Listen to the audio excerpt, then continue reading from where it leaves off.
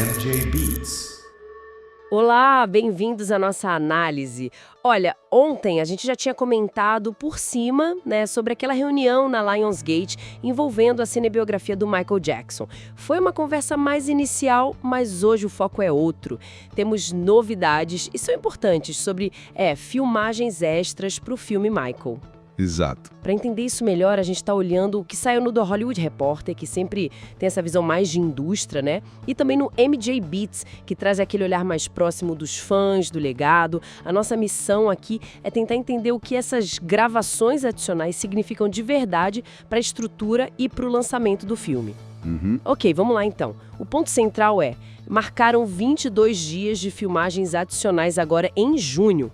22 dias não é pouca coisa, né?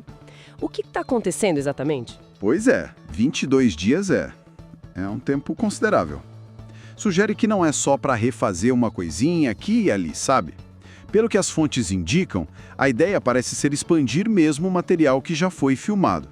Há uma forte indicação de que querem transformar o que seria talvez a primeira parte do filme em um longa completo por si só. Ah, então isso encaixa perfeitamente com aquela conversa de ontem que a gente mencionou, a possibilidade de dividir o filme em dois. Era algo que, bom, o produtor, Graham King, o Espólio, a Lionsgate, a Universal, todo mundo estava pesando, né? Parece que essa ideia ganhou tração. Ganham muita força, sim. Tudo indica que a divisão é o caminho mais provável agora. As informações que circulam apontam que essa primeira parte poderia ir desde o Jackson 5 até logo depois do estouro, que foi o Off the Wall, sabe? Ali na consolidação dele como artista solo. Ah, e um detalhe que confirmaram: o Bubbles, o chimpanzé, vai aparecer já nesse primeiro filme. Interessante confirmarem o Bubbles, talvez um sinal do foco nessa fase, né? Tanto pública quanto pessoal. Mas, além dessa questão de estrutura, parece que tem um fator legal meio inesperado pesando muito nessa decisão de dividir, certo? Algo sobre representar pessoas do passado do Jackson? Sim, esse é um ponto bem delicado. E olha, parece ser o catalisador principal dessa mudança toda. Foi descoberto, talvez um pouco tarde no processo, que existia um acordo legal, antigo, entre o espólio e um dos acusadores do Michael Jackson. E esse acordo proibia especificamente que essa pessoa fosse dramatizada, representada em filmes ou séries. Nossa, mas como um detalhe legal desse tamanho passou batido numa produção assim?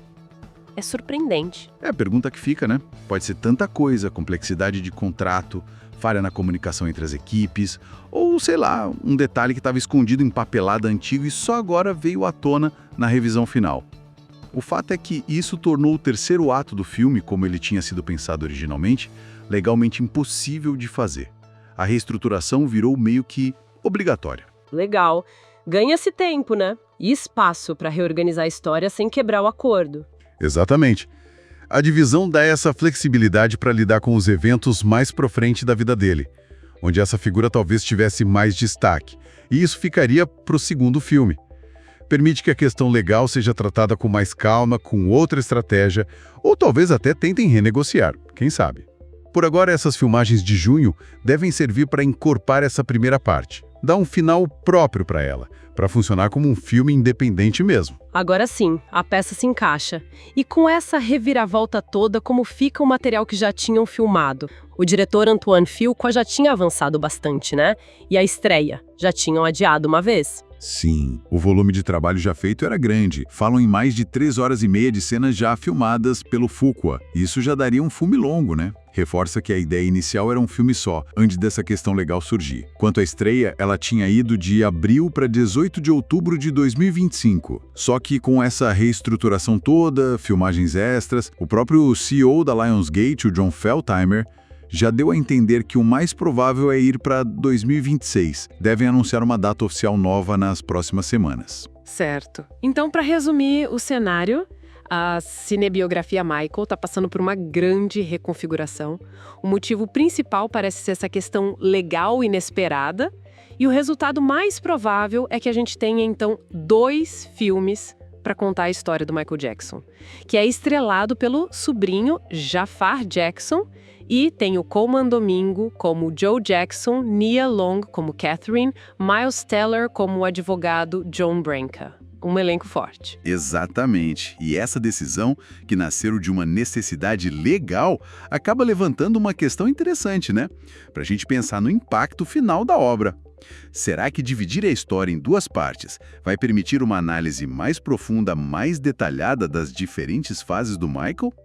Dando espaço para coisas que um filme só talvez espremesse? Ou será que corre o risco de fragmentar demais a percepção da vida dele?